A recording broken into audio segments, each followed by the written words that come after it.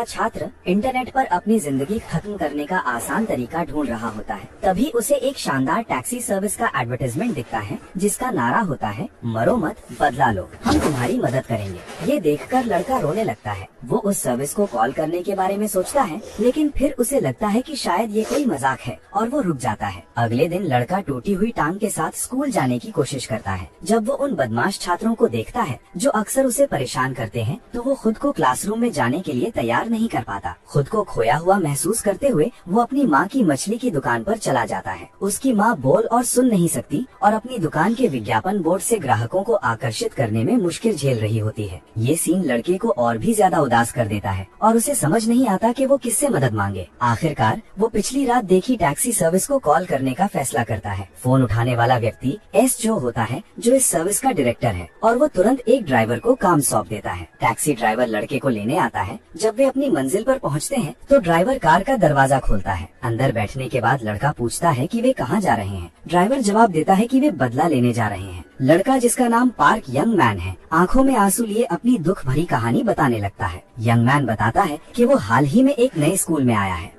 एक ब्रेक के दौरान 3 सहपाठी जानबूझकर उसके पास आते हैं और उसके आसपास मछली जैसी बदबू को लेकर ताने मारते हैं। शांत रहते हुए यंग मैन उन्हें बताता है कि ये बदबू इसलिए है क्योंकि उसकी माँ मछली की दुकान चलाती है। इसके बाद वे तीनों बिना किसी वजह के उसे लगातार परेशान करने लगते हैं। मदद पाने के लिए वो अपने नए टीचर के पास जाता है, लेकिन सहारा देने की बजाय टीचर उसे सलाह देता है कि वो अपने बदमाशों से दोस्ती कर ले।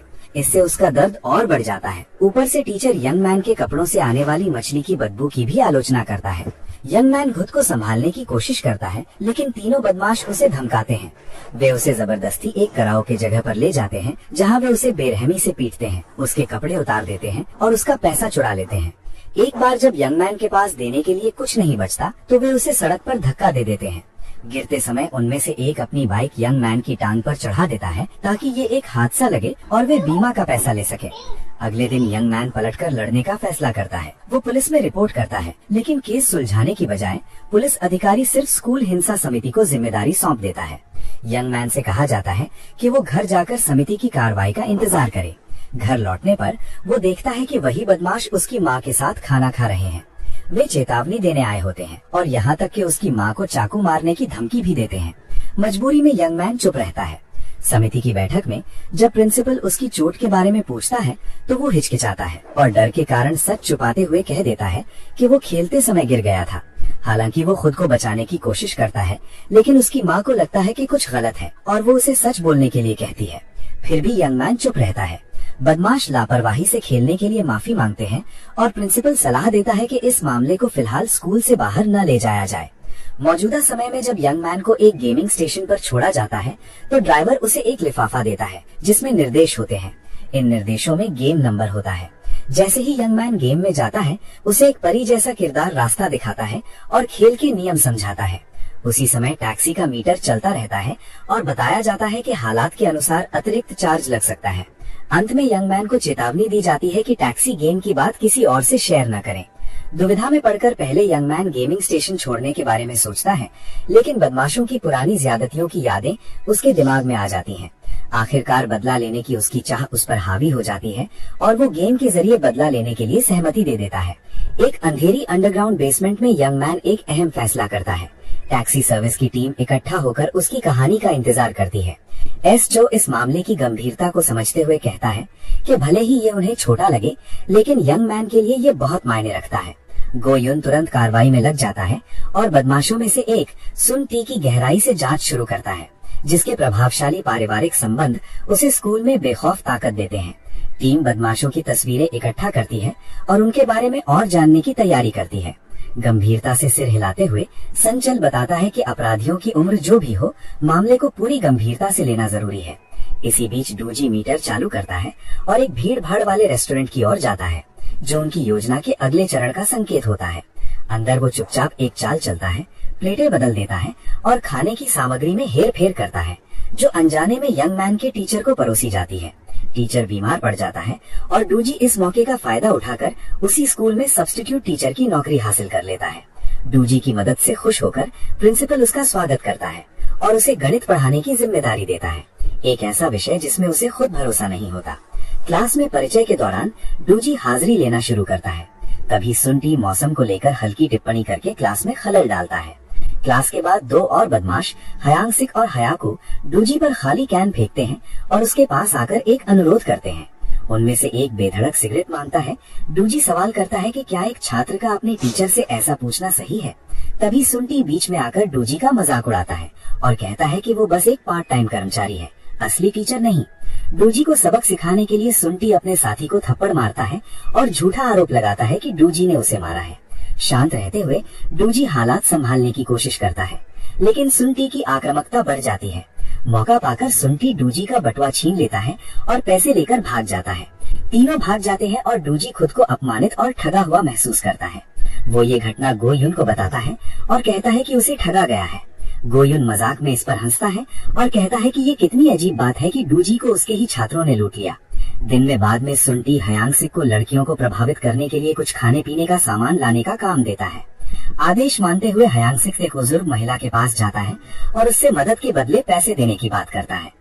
नाबालिग होने के कारण वे सिगरेट नहीं खरीद सकते, इसलिए वे उस महिला की मदद का फायदा उठा रमिन सूप थमा देता है और जल्दी से चला जाता है। इसके बाद तीनों अपने गर्लफ्रेंड्स के साथ क्लब जाते हैं और सुंटी चोरी की गई सिगरेट का मजा लेता है। इस दौरान गोयुन डूजी द्वारा लगाए गए छिपे कैमरे से उनकी हरकतें देख रहा होता है। वो पूछता है कि वे गलत तरीके से कमाए गए पैसे से कैसे मजा ले सकते हैं। डूजी बताता है कि कैसे आम दिखने वाले किशोर धीरे धीरे गलत रास्ते पर चले जाते हैं। जब तीनों मस्ती में डूबे होते हैं, काले सूट पहने कुछ लोग उनके पास आते हैं। उनका लीडर सुंटी से बात करता है और सुंटी उसे कुछ पैसे देता है। इससे साफ हो जाता है कि ये लड़के सिर्फ बदमाशी नहीं है। अगले दिन वे बाथरूम में स्मोकिंग करते हुए पकड़े जाते हैं और एक क्लासमेट से पैसे मांग रहे होते हैं। तभी अचानक डूजी टॉयलेट से निकल कर आता है और कहता है कि उसे उस छात्र से काम है। जब सुंटी छात्र को छोड़ने में हिचकिचाता है तो डूजी अपने टीचर होने का अधिकार जताता है और उन्हें मानने के लिए कहता है। सुंटी के शुरुआती विरोध के बावजूद डूजी सफलतापूर्वक उस छात्र को वहाँ से बाहर ले जाता है। सुंटी के घर वापस आकर टीम डूजी को सबक सिखाने की योजना बनाती है। सुंटी एक आइडिया देता है। अगले दिन दोस्त एक बूढ़े आदमी के पास सिगरेट खरीदने जाते हैं। किस्मत से उस आदमी के पास खास तौर पर छात्रों के लिए सिगरेट का स्टॉक होता है जो कानूनी तौर पर नहीं खरीद सकते। सिगरेट लेने के बाद हयांगसिक डूजी के पास जाता है और कहता है कि उसके माता पिता लाइब्रेरी में उसका इंतजार कर रहे हैं। जैसे ही डूजी निकलता है, हयांगसिक चुपचाप डूजी के बैग में अश्लील सामग्री रख देता है और आसपास पर नजर रखता है। उसी समय सुंटी एक लड़की पर दबाव डालता है कि वो डूजी के लिए जाल बिछाए। जब वो मना करती है तो सुंटी उसके बाल जबरदस्ती पकड़ लेता है और आज्ञा न मानने के नतीजों की चेतावनी देता है। कुछ देर बाद डूजी लाइब्रेरी में माता पिता को ढूंढने के इरादे से जाता है, लेकिन वहाँ कोई नहीं होता। इसी बीच लड़की चुपचाप अपनी स्वेटर उतारती है और लाइब्रेरी से बाहर निकलकर खुद को पीड़िता दिखाने का नाटक करती है। वो जोर जोर से चिल्लाती है ताकि सबका ध्यान खींच सके। जब महिला टीचर उससे परेशानी की वजह पूछती है तो लड़की आरोप लगाती है कि डूजी के बैग में उसकी अश्लील तस्वीरें हैं। पास खड़ा सुंटी हंसता रहता है और अपनी योजना को सफल होते देखता है। महिला टीचर लड़की को ले जाती है और डूजी को दोषी मानती हंसता रहता है और अपनी योजना को सफल होते देखता है। महिला टीचर लड़की को ले जाती है और डूजी को दोषी मानती है। उसी समय प्रिंसिपल को एक अनजान नंबर से सूचना मिलती है, जिससे वो हैरान और गुस्से में आ जाता है। जब महिला टीचर लड़की के साथ डूजी का बैग जांचने जाती है तो वो डूजी को अपमानित करती है और धमकी देती है कि वो उसे फिर कभी पढ़ाने नहीं देगी। टीचर के कमरे जाते समय डूजी सुंटी की तरफ आंख मारता है, जिससे हालात और बिगड़ जाते हैं। सबको क्लासरूम में बुलाया जाता है, जहाँ प्रिंसिपल डूजी को डांटता है कि उसकी निगरानी में गलत काम कैसे हुआ। जब सुंटी के सीट के बारे में पूछा जाता है तो डूजी उसकी पहचान बता देता है। इससे प्रिंसिपल और भड़क जाता है। वो सुंटी के सीट पर जाकर बैग की तलाशी लेता है और अंदर से अश्लील मैगजीन और लड़की की तस्वीरें मिलती हैं, जिससे साफ हो जाता है कि सुंटी ही दोषी है। महिला टीचर लड़की से लाइब्रेरी की घटना के बारे में पूछती है, लेकिन लड़की कहती है कि उसके कपड़ों में कोई कीड़ा था। गुस्से में टीचर लड़की को डांटती है। इस बीच हम देखते हैं कि डूजी सुंटी की तरफ मुस्कुरा रहा है। फिर फ्लैशबैक में दिखाया जाता है कि मैगजीन सुंटी के बैग में कैसे पहुंची। जब हयाकू डूजी को लाइब्रेरी बुलाने आता है तो वो अनजाने में डूजी की मेज पर रखे कैमरा पेन से रिकॉर्ड हो जाता है। उसी समय गोयुन चुपचाप कैमरे की फीड से सब देख रही होती है। वो खुद मामला अपने हाथ में लेती है, छात्रा का भेष बनाकर स्कूल में घुसती है और डूजी के बैग से मैगजीन चुरा लेती है।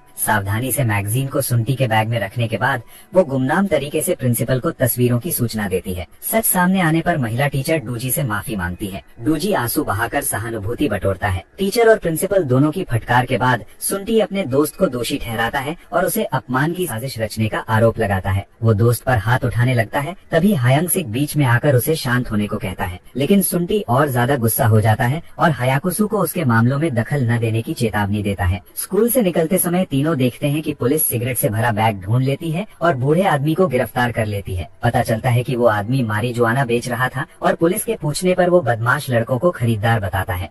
पुलिस के पकड़ने से पहले लड़के भाग जाते हैं। ऐसे ही नतीजों से बचने के लिए वे सिगरेट जमीन में गाड़ देते हैं। अगले दिन सुंटी क्लास में कमान संभालता है और डरावनी चेतावनी देता है कि जो भी टीचर से बात करेगा उसे गंभीर नतीजे भुगतने पड़ेंगे, यहाँ तक कि हिंसा की धमकी देता है। क्लास शुरू होने पर डूजी सबको नमस्ते कहता है, लेकिन कोई जवाब नहीं मिलता। सुंटी की चाल समझकर डूजी उससे क्लास में खेल न खेलने की गुहार लगाता है, लेकिन सुंटी उकसाना जारी रखता है ताकि डूजी को गुस्से में ला सके। इस बीच हायांग-सिक चुपचाप सब रिकॉर्ड करता है, ये सोचकर कि डूजी का नियंत्रण टूटेगा तो उसका फायदा उठाया जा सके। सुंटी की साजिश पहचान कर डूजी आज का पाठ बदल देता है और एक वीडियो दिखाने का फैसला करता है। क्लास हैरान रह जाती है जब डूजी पहाड़ पर तीनों बदमाशों को मारिजुआना गाड़ते हुए दिखाने वाला फुटेज चलाता है। तीनों सन्न रह जाते हैं। डूजी अचानक वीडियो बंद कर देता है और कहता है कि ये सिर्फ एक मजाक था। स्कूल के बाद बदमाश डूजी से भिड़ते हैं। डूजी बताता है कि पहाड़ पर सीन रिकॉर्ड करते समय वो गलती से उन्हें प्रतिबंधित सामान गाड़ते हुए रिकॉर्ड कर बैठा। लड़के ड्रग्स से जुड़ाव से सख्त इनकार करते हैं। डूजी उनकी बात मानने का नाटक करता है और भरोसा दिलाता है कि उनका राज सुरक्षित है। बाद में वे पहाड़ पर छुपाया हुआ सामान ढूंढने जाते हैं, लेकिन कुछ नहीं मिलता। अचानक मोड़ में सुंटी को डूजी का फोन आता है। डूजी बताता है कि उसने मारिजुआना अधिकारियों को सौंप दिया है और नागरिक जिम्मेदारी निभाई है। साथ ही ये भी कहता है कि उसने सुंटी के बारे में कोई नाम या जानकारी नहीं दी। डूजी नकली दोस्ती और छिपी दुश्मनी के साथ सुंटी को चिढ़ाता रहता है, जिससे सुंटी खुद को बेबस महसूस करता है। अगले दिन डूजी सुंटी को और परेशान करता है और उससे खाना लाने को कहता है। सुंटी मना करता है तो डूजी पिछली वीड वाली घटना का दबाव बनाकर उसे धमकी देता है कि न मानने पर वो उसे बेनकाब कर देगा। डर के मारे सुंटी मजबूरी में डूजी की हर मांग मान लेता है। डूजी उससे बचा हुआ पैसा भी रखने को कहता है, जिससे उसका गुस्सा और बढ़ जाता है। तीनों इंटरनेट पर खोज करते हैं और पता चलता है कि वीड रखना गैर कानूनी है और इसके लिए 5 साल की सजा हो सकती है। जेल के डर से कांपते हुए सुंटी डूजी को फोन करके जान से मारने की धमकी देता है। घर लौटने पर तीनों चौंक जाते हैं जब देखते हैं कि डूजी आराम से पिता के साथ गेम खेल रहा है। पिता के सामने बेनकाब होने के डर से सुंटी कांप उठता है। बाद में डूजी सुंटी के कमरे में घुसता है, बिस्तर पर आराम से बैठ जाता है और तीनों से पैसे मांगता है। वो हर एक से 1.5 मिलियन मांगता है और धमकी देता है कि नहीं देने पर वो वीड रखने की सूचना अधिकारियों को देगा। डूजी सुंटी को अपनी शर्त मानने के लिए मजबूर करता है। सुंटी एक शर्त रखता है कि लेन देन की तारीख और समय वही तय करेगा। डूजी के जाने के बाद सुंटी मदद के लिए किसी से संपर्क करता है। उसी दिन दोपहर बाद डूजी यंग मैन से मिलता है और उसे अगले हफ्ते से स्कूल फिर से आने के लिए प्रोत्साहित करता है। वो कहता है कि लगातार क्लास छोड़ने की आदत पड़ सकती है। अच्छे इरादे से डूजी यंग मैन को कुछ खाना भी देता है। बाद में यंग मैन अपनी माँ के साथ दुकान बंद करने में मदद करता है। जब खाना किसने दिया पूछा जाता है तो यंग मैन बताता है कि उसका होम रूम टीचर हमेशा उदार रहा है। घर जाते समय यंग मैन की माँ प्यार से उसका हाथ पकड़ती है और बेटे के लिए अपना अटूट प्यार दिखाती है। अगले दिन डूजी स्कूल की छत पर पहुँचता है, लेकिन वहाँ उसे काले सूट पहने कुछ आदमी पूरे इलाके पर कब्जा किए हुए मिलते हैं। जैसे ही वो पैसे संभालने आगे बढ़ता है, गोयुन उससे पूछती है कि क्या उन्हें योजना के अनुसार आगे बढ़ना चाहिए। डूजी इसकी पुष्टि करता है। तभी डूजी और उन आदमियों के फुर्तीले लीडर के बीच लड़ाई शुरू हो जाती है। डूजी हर हमले से चतुराई से बचता है और सीधे उनके लीडर को निशाना बनाता है। जब बाकी आदमी अपने लीडर को परेशानी में देखते हैं तो वे पलटवार करते हैं, लेकिन वे डूजी की लड़ाई की ताकत के सामने टिक नहीं पाते। लड़ाई के दौरान सुंटी पीछे से अचानक हमला करने की कोशिश करता है, लेकिन खतरे को भांपकर डूजी तुरंत प्रतिक्रिया देता है और सुंटी को रोक देता है। डूजी अपनी जबरदस्त काबिलियत दिखाते हुए रास्ते में आने वाले हर गुंडे को तेजी से काबू में कर लेता है। जब एक गुंडा उस पर फूलदान से वार करने की कोशिश करता है तो डूजी आसानी से बचते हुए हवा में ही फूलदान तोड़ देता है। ये देखकर तीनों हैरान रह जाते हैं कि डूजी में इतनी ताकत है। इलाके को साफ करने के बाद डूजी अपना ध्यान सुंटी पर लगाता है। जैसे जैसे डूजी उसकी ओर बढ़ता है, सुंटी पीछे हटता है, लेकिन जल्द ही उसके पास भागने की कोई जगह नहीं बचती। डूजी कहता है कि सुंटी में खुद छलांग लगाने की हिम्मत नहीं है फिर भी वो दूसरों को धक्का देकर नुकसान पहुंचाता है। ये कहते हुए डूजी एक जोरदार लात मारता है और सुंटी छत से नीचे गिर जाता है। बाकी लड़के डर के मारे दया की भीख मांगते हैं और डर से पेशाब तक कर देते हैं। डूजी यंग मैन का नाम लेता है, जिससे दोनों लड़के चौंक जाते हैं और पुलिस के सामने आत्मसमर्पण कर देते हैं। वे अपनी बदमाशी कबूल करते हैं और अफसर से गुहार लगाते हैं कि उन्हें हिरासत में ले लिया जाए, क्योंकि वे सुंटी जैसा हश्र होने से डरते हैं। ऐसा लगता है कि डूजी ने उन्हें एक अहम सबक सिखा दिया है, जिससे वे आगे किसी को डराने या नुकसान पहुंचाने की हिम्मत नहीं करेंगे। बाद में डूजी एक बेकरी में जाता है, जहां उसने किसी को बंद कर रखा होता है और पता चलता है कि वो सुंटी है। दरअसल जब गो युन ने डूजी से कुछ सेट करने को कहा था, तो वो फुलाने वाले बिस्तर की बात कर रही थी। डूजी की सहमति के बाद कांगू और जिनान ने वो बिस्तर फुला दिया था, जिससे सुंटी नीचे गिरते समय उस पर गिरा और झटके से बेहोश हो गया। इसके बाद डूजी सुंटी और छत पर मिले एक गैंगस्टर से बात करवाता है। गैंगस्टर सख्त चेतावनी देता है कि आगे कोई संपर्क न करे और सुंटी को अपने टीचर की बात मानने की सलाह देता है। यंग मैन का नाम सुनकर सुंटी और भी चौंक जाता है। डूजी सुंटी से कहता है कि यंग मैन उसके खाने का खर्च देगा, लेकिन जो खाना वो नहीं खाएगा उसका पैसा उसे खुद देना होगा। इसके अलावा हर पेस्ट्री के बदले सुंटी को यंग मैन को उस नुकसान की भरपाई करनी होगी जो उसने शारीरिक और मानसिक रूप से पहुंचाया है। सुंटी माफी मांगता है और कहता है कि उसके पास पैसे नहीं है। तब डूजी बताता है कि उसने सुंटी के लिए एक नौकरी ढूंढ ली है, जिससे वो जल्दी अपना कर्ज चुका सके। डूजी चेतावनी देता है कि भागने की कोशिश करने से हालात और खराब होंगे। अपनी हालत को लेकर उलझन में सुंटी को डूजी सलाह देता है कि वो उन छात्रों की भावनाओं के बारे में सोचे जिन्हें उसने परेशान किया था। वो कहता है कि ये सब उसके कर्मों का फल है जो अब लौट कर आया है। नई शुरुआत के लिए डूजी केक जलाता है और सुंटी की नई शुरुआत का जश्न मनाता है। बाद में डूजी यंग मैन को डीलक्स टैक्सी सर्विस की रसीद देता है। जब यंग मैन ज्यादा खर्च को लेकर चिंता जताता है, तो डूजी उसे सलाह देता है कि वो जितना हो सके उतना हर महीने दे, इससे उसकी ताकत बढ़ेगी। डूजी की सलाह के लिए आभारी होकर यंग मैन उसे धन्यवाद देता है और टैक्सी से उतर जाता है। इसी दौरान सॉन्ग चियोल यंग मैन से मिलता है और बताता है कि उसकी संस्था ने यंग मैन को कॉलेज के लिए स्कॉलरशिप दी है। संस्था उसकी सारी फीस और खर्च उठाएगी। ये सुनकर यंग मैन की माँ भावुक हो जाती है और बार बार सॉन्ग चियोल को धन्यवाद देती है। यंग मैन की जिंदगी फिर से सही रास्ते पर आ जाती है और उज्जवल भविष्य के साथ वो स्कूल लौटता है। डूजी दूर से सब कुछ ठीक ठाक रहने पर नजर रखता है। इस तरह डीलक्स टैक्सी लोगों को बदला लेने और अपनी जिंदगी वापस पाने में अहम भूमिका निभाती रहती है। इसी समय मारिया नाम की एक महिला दिखाई देती है जो रो रही होती है, घायल होती है और रेलिंग के उस पार खड़ी होकर अपनी जान खत्म करने के बारे में सोच रही होती है। तभी उसकी चप्पल गलती से नदी में गिर जाती है, जिससे उसका डर और बढ़ जाता है। आंसुओं के बीच वो बार बार कहती है कि वो मरना नहीं चाहती। अचानक उसकी नजर डीलक्स टैक्सी सर्विस के एक विज्ञापन पर पड़ती है, जिसमें लिखा होता है कि हार मत मानो, बदला लो। मारिया उस नंबर पर कॉल करने का फैसला करती है और डूजी तुरंत उसे लेने पहुंच जाता है। यात्रा के दौरान मारिया पूछती है कि वे कहाँ जा रहे हैं। डूजी जवाब देता है कि वे बदले के लिए जा रहे हैं। वो एक ऑडियो रिकॉर्डर चालू करता है और मारिया से पूछता है कि उसके साथ क्या हुआ। फ्लैशबैक में दिखाया जाता है कि मारिया एक अनाथ है और उसे इंटेलेक्चुअल डिसेबिलिटी है। उसकी मानसिक उम्र पहली या दूसरी कक्षा के बच्चे जैसी है, जबकि उसकी असली उम्र 18 साल है। काम करने की इच्छा से वो अपने दोस्तों से विदा लेती है, जिन्होंने मिलकर उसके लिए विदाई का तोहफा खरीदा था। एक सोशल वर्कर उसे चर्च से ले जाकर एक फैक्ट्री में कंप्यूटर से जुड़ी नौकरी के बारे में बताता है। अपने दोस्तों के लिए तोहफे खरीदने का सपना देखते हुए मारिया खुशी खुशी बिना पूरा पढ़े कॉन्ट्रैक्ट साइन कर देती है।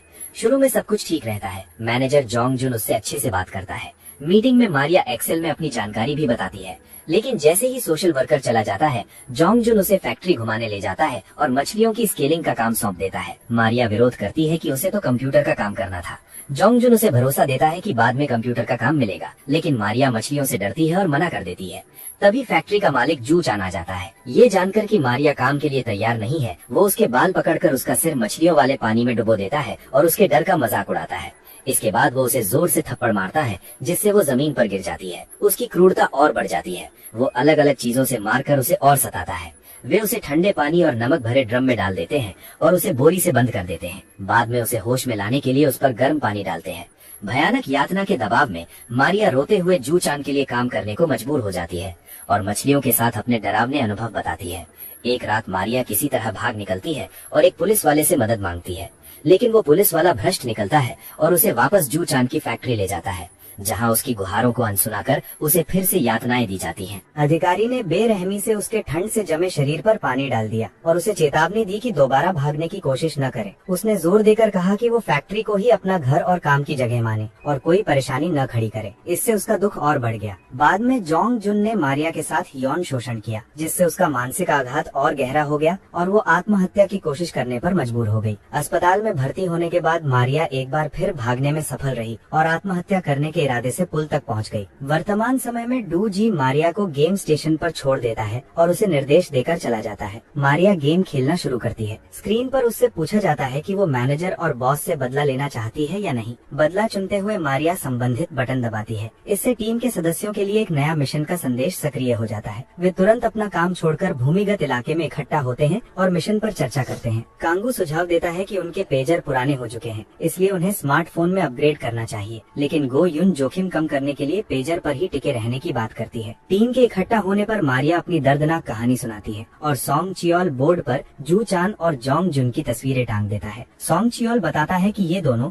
जिन्हें कभी पुलिस अधिकारी के साथ अपने संबंधों का इस्तेमाल करके अपने अपराध छिपाते थे। मारिया की कहानी से प्रभावित होकर गो युन तुरंत उन व्यापारियों को बेनकाब करने का प्रस्ताव रखती है। पूरी टीम इससे सहमत हो जाती है। इस तरह एक और मिशन शुरू हो जाता है। इधर डू जी चुपचाप भूमिगत इमारत से बाहर निकलता है और अपनी टैक्सी में कार्रवाई के लिए तैयार हो जाता है। इस बीच गो युन, कांगू और जिनॉन अपनी वैन को एक अस्थायी खाने के स्टॉल में बदल देते हैं ताकि वे घुर मिल सकें और फैक्ट्री में प्रवेश पा सके। वहीं डू जी फैक्ट्री की पूरी रेकी करता है और उसकी बनावट व सुरक्षा व्यवस्था को समझता है। उस रात बाद में जब जू चान और जोंग जुन को भूख लगती है तो वे पहले कांगू और जिनॉन द्वारा दिए गए चिकन स्टॉल के पर्चे से खाना मंगाने का फैसला करते हैं। वे इस जाल से अनजान रहते हैं। जोंग जुन तेज डिलीवरी की तारीफ करता है, ये जाने बिना कि डीलक्स सर्विस टीम ने खाने में नींद की दवा मिला दी है। उनके सो जाने का फायदा उठाते हुए डू जी फैक्ट्री की दीवार फांद कर अंदर घुसता है। सटीक तरीके से वो जू चान के फोन में एक USB लगाता है, जिससे गो युन को जरूरी डेटा मिल जाता है। इसके बाद डू जी एक तिजोरी की तलाश करता है और उसे एक कमरे में ढूंढ लेता है। गो युन की मदद से वे फोन से मिले डेटा का इस्तेमाल करके तिजोरी खोल लेते हैं, लेकिन वहाँ कुछ भी खास नहीं मिलता। रहने वाले हिस्से में लौटकर डू जी जोंग जुन का फोन उठाता है और उसमें मारिया की आपत्तिजनक तस्वीरें पाता है। ये परेशान करने वाला खुलासा मारिया के लिए बदला लेने के उसके इरादे को और मजबूत कर देता है। अगले दिन डू जी खुद को ग्राहक के रूप में छुपाकर फैक्ट्री में प्रवेश करता है। जब वो आसपास देख रहा होता है, जू चान उसे रोककर आने का कारण पूछता है। डू जी मासूम मुस्कान के साथ कहता है कि वो समुद्री खाने की तलाश में है। उसे जू चान के ऑफिस ले जाया जाता है, जहाँ कॉफी पर बातचीत होती है।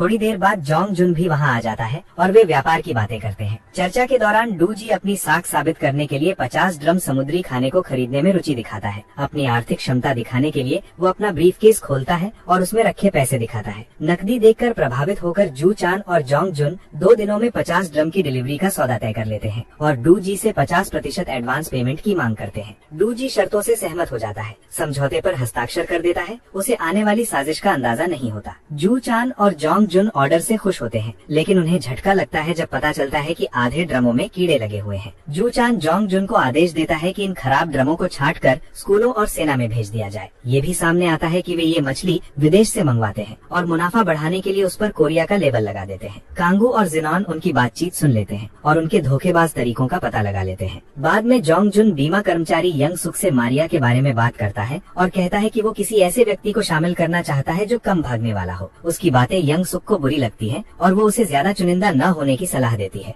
जू चान बीच में आकर यंग सुक को उसकी जिम्मेदारी याद दिलाता है और कहता है कि उसे अपना काम ठीक से करना चाहिए, खासकर जब वो मुनाफे में 15% हिस्सा लेती है। मारिया की चर्चा के दौरान यंग सुक बताती है कि मारिया ने पहले उससे संपर्क किया था और शायद फिर से करेगी। वो कहती है कि जैसे ही उसे मारिया का पता चलेगा वो जोंग जुन को तुरंत बताएगी। यंग सुक ये भी बताती है कि जू चान के नाम पर 400 मिलियन की बीमा पॉलिसी है, जिसमें मारिया चाहे जिंदा मिले या मरी हुई, लाभार्थी जू चान ही रहेगा। उन्हें पता नहीं होता कि ये पूरी बातचीत डू जी द्वारा लगाए गए गुप्त बग की वजह से डीलक्स सर्विस टीम सुन रही है। इसके बाद गो युन बताती है कि यंग सुक ने मारिया के नाम पर 10 बीमा योजनाएं कराई थी, जिनके प्रीमियम के लिए मारिया की मासिक मजदूरी का आधा हिस्सा इस्तेमाल किया जाता था, जबकि मारिया को कभी कोई भुगतान नहीं मिला।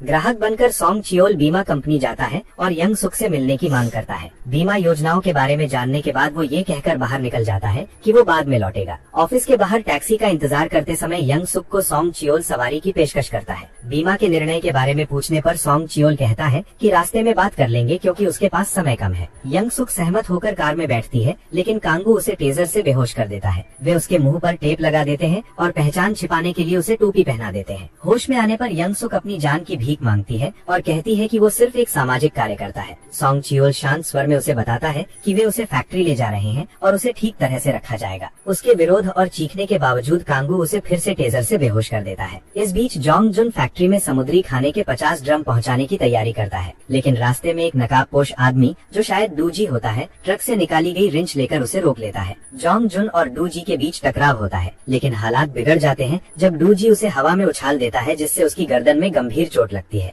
खेप अभी भी अधूरी रहती है। इसके बाद डूजी लालची जोड़ी को बड़ा झटका देता है। वो 20 ड्रम का एक और ऑर्डर देता है और चेतावनी देता है कि समय पर डिलीवरी नहीं हुई तो 2 गुना जुर्माना लगेगा। जू चान सौदा पक्का करता है और डूजी वहाँ से चला जाता है। जू चान अधिकारी किम से संपर्क करता है, जिसे मारिया की लोकेशन मिल गई होती है। अधिकारी मौके पर पहुँचने के लिए जल्दी निकलता है और डूजी चुपचाप उसका पीछा करता है। वो अपनी टैक्सी के आगे एक मेटल फ्रेम लगाता है और उसे अधिकारी की कार में टकरा देता है। स्टीयरिंग को मोड़कर वो कार को रास्ते से भटका देता है। अधिकारी की कार नीचे गिर जाती है। डूजी तेजी से कार से एक काला बॉक्स निकालता है और वहाँ से गायब हो जाता है। इसी दौरान मारिया सोंग चियोल की टैक्सी कंपनी में काम करना शुरू करती है और कंप्यूटर से जुड़े काम संभालती है। बातचीत के दौरान गो युन मानती है कि मारिया एक्सेल चलाने में काफी अच्छी है। बात करते हुए मारिया एक गोली खाती है और बताती है कि जोंग जुन ने उसे ताकत के लिए दी थी। गोली के इस्तेमाल को लेकर गो युन को शक होता है, इसलिए वो जांच के लिए उसे ले जाती है। बाद में वो डूजी को फोन करके बताती है कि जोंग जुन मारिया को गर्भ निरोधक गोलियां दे रहा था।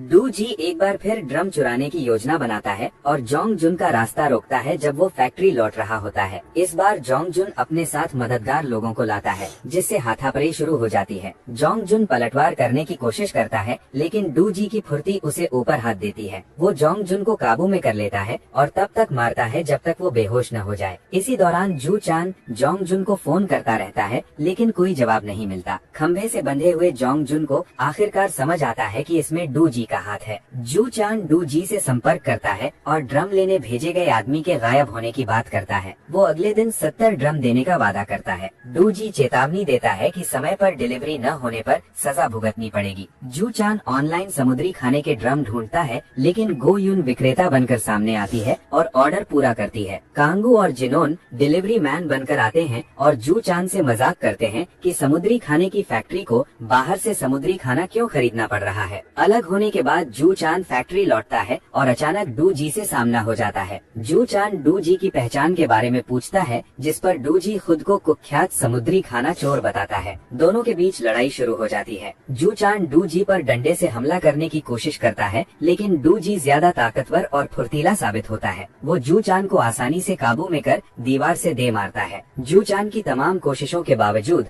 डूजी पूरी लड़ाई में हावी रहता है। तीखी लड़ाई के दौरान डूजी का मास्क खिसक जाता है और उसकी पहचान जू चान के सामने आ जाती है। इस खुलासे से जू चान गुस्से में आ जाता है, डूजी को गालियां देता है और जोरदार हमला करता है, लेकिन डूजी उसके वारों से बचता है और एक जोरदार मुक्का मारता है, जिससे जू चान जमीन पर गिर जाता है। तनाव भरे पल में डूजी जू चान से दिव्यांग लोगों के साथ उसके गलत व्यवहार पर सवाल करता है और उस पर शोषण और अत्याचार का आरोप लगाता है। घायल और अपमानित जू चान को डूजी बालों से पकड़कर उसका सिर पानी में डुबो देता है, ठीक वैसे ही जैसे जू चान ने पहले मारिया के साथ किया था। आखिरकार डूजी जू चान को फैक्ट्री से बाहर फेंक देता है और उसे एक ड्रम में बंद कर देता है, उसी तरह का व्यवहार करते हुए जैसा उसने दूसरों के साथ किया था। जू चान और जोंग जुन के सत्ता से हटने के बाद टीम कंपनी का जिम्मा संभालती है। सोंग चियोल एक बड़ा बदलाव लाने की योजना पेश करता है, जिसमें कंपनी का मुनाफा सीधे दिव्यांग कर्मचारियों की मदद के लिए इस्तेमाल किया जाएगा। ये भी सामने आता है कि जू चान ने कंपनी की व्यवस्था को अपने फायदे के लिए बदला था, लेकिन सोंग चियोल दिव्यांग कर्मचारियों के नाम पर मालिकाना हक ट्रांसफर करने की योजना बनाता है। खर्च पूरा करने के लिए टीम ड्रम बेचती है और जरूरी पैसे देता है। इससे उसकी दयालु और करुणामय प्रकृति सामने आथालय के दोस्तों से एक भावुक सरप्राइज मिलता है, वे खिलौने जो वो हमेशा उनके लिए खरीदना चाहती थी। फैक्ट्री से बाहर निकलते समय मारिया एक शानदार टैक्सी को जाते हुए देखती है, जिससे पता चलता है कि बच्चों के लिए तोहफे देने वाला